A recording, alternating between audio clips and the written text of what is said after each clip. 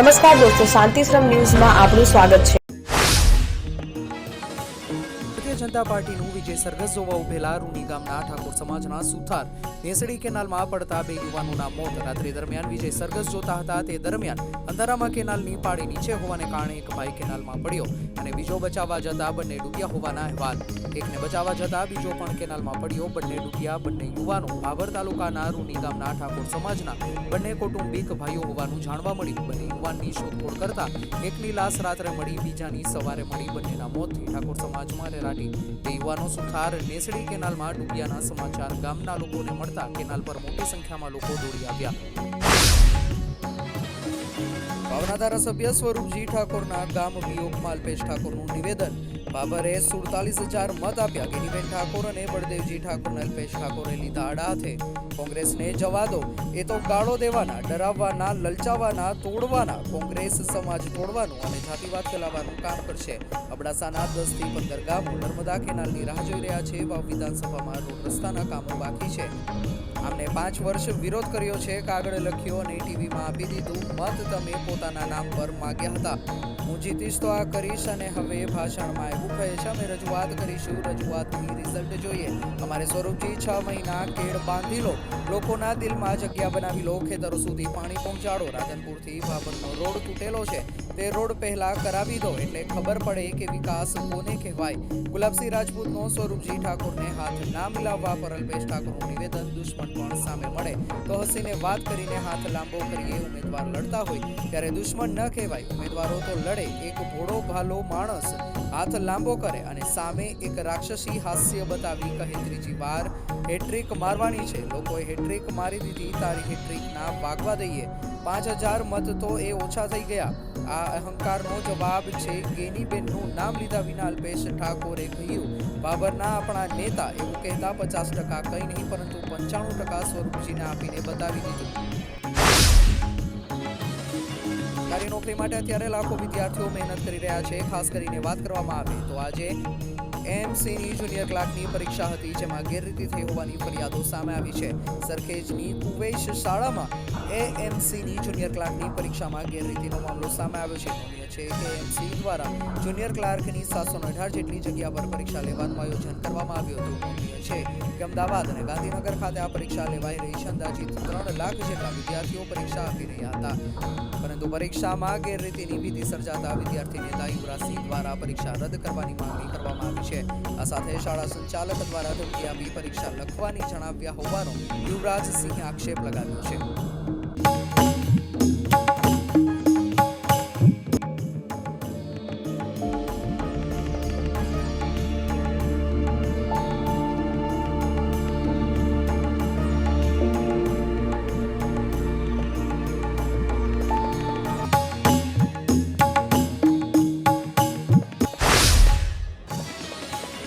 હોસ્પિટલમાં 2 દર્દીઓના ચકચાર ભર્યા કેસમાં ફરાર 6 આરોપીઓને ઝડપી લેવા માટે ક્રાઇમ બ્રાન્ચે તપાસ હાથ ધરી છે. એ સિવાય યુએન મહેતા હોસ્પિટલના ડોક્ટરોને સાથે રાખીને 11 મુદ્દાઓ તૈયાર કરીને પીએમજેએવાયની ઓફિસમાંથી રિપોર્ટ મોકલીને વધુ વિગતો માંગી છે. ઉપરાંત 23 જેટલા ડોક્ટરોને નોટિસ પાઠવવામાં આવી છે અને 3 ડોક્ટરોની પૂછપરછ કરવામાં આવી હતી. ક્રાઇમ બ્રાન્ચે 2 દર્દીઓના મોતમાં 23 ડોક્ટરોને નોટિસ ફટકારી છે, જેમાં હાલના અને અગાઉ ખ્યાતિ હોસ્પિટલ સાથે જોડાયેલા ડોક્ટરોનો સમાવેશ થાય છે. જિલ્લામાં રવિ સિઝનમાં બહોળા પ્રમાણમાં વાવેતર થતું હોય છે, જેમાં રાયડા બાદ બટાકાનું વાવેતર સૌથી વધુ વાવેતર જોવા મળતું હોય છે. બટાટા નગરી તરીકે જાણીતા ડીસા પંથકમાં શિયાળુ સિઝનમાં સૌથી વધુ બટાકાનું વાવેતર થાય છે, પરંતુ આ વર્ષે બટાકાના બિયારણના ઊંચા ભાવ અને વાતાવરણની વિષમ પરિસ્થિતિને પગલે ડીસા તાલુકામાં 21 નવેમ્બર સુધી માત્ર 20,094 હેક્ટર જમીન વિસ્તારમાં વાવેતર નોંધાયું છે. જોકે હજુ અનેક વિસ્તારોમાં બટાકાની કામગીરી શરૂ છે, જેના કારણે આગામી સમયમાં બટાકાનું વાવેતર વિસ્તાર વધશે. જોકે નિષ્ણાતોના મતે 25 નવેમ્બર સુધી જ બટાકાના વાવેતરનો યોગ્ય સમયગાળો ગણવામાં આવે છે. ગત વર્ષે બનાસકાંઠામાં 52,080 હેક્ટર વિસ્તારમાં બટાકાનું વાવેતર થયું હતું. કાંકરેજ તાલુકાના શિહોરી થરા નેશનલ હાઈવે ઉપરથી શનિવારે એક્ટિવા ચાલક અને ટ્રક બંને શિહોરીથી થરા તરફ જઈ રહ્યા હતા, ત્યારે ડુંગરાસણ પાસે ટ્રક ચાલકે એક્ટિવા ચાલકને અડફેટે લેતા એક યુવક ગંભીર રીતે ઇજાગ્રસ્ત થતા 108 દ્વારા થરા સરકારી હોસ્પિટલમાં સારવાર અર્થે ખસેડવામાં આવ્યો હતો. ઇજાગ્રસ્ત મેહુલ ઠક્કર હોવાનું જાણવા મળ્યું છે. જોકે ઇજાગ્રસ્તની હાલત ખૂબ જ ગંભીર હોવાથી વધુ સારવાર અર્થે અન્ય હોસ્પિટલમાં ખસેડવા માટે તજવીજ હાથ ધરવામાં આવી હતી. થરા પોલીસ દ્વારા ટ્રક ચાલકની ટ્રક કબજે કરીને આગળની કાર્યવાહી હાથ ધરવામાં આવી છે.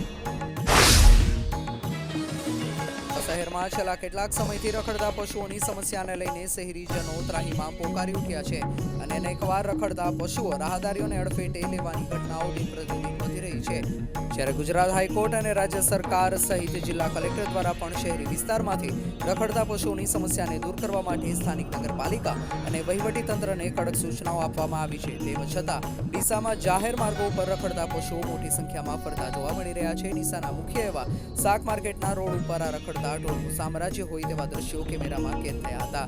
દિવસ દરમિયાન આ રખડતા ઢોરના કારણે અકસ્માત સાથે શહેરીજનો ઈજાગ્રસ્ત પણ થતા હોય છે. આ રખડતા પશુઓના કારણે અહીંથી પસાર થવામાં પણ વાહન ચાલકો ભારે મુશ્કેલી વેઠી રહ્યા છે. તેમ છતાં પણ આ રખડતા પશુઓ મામલે પાલિકા તંત્ર કોઈ જ કાર્યવાહી કરતું નથી.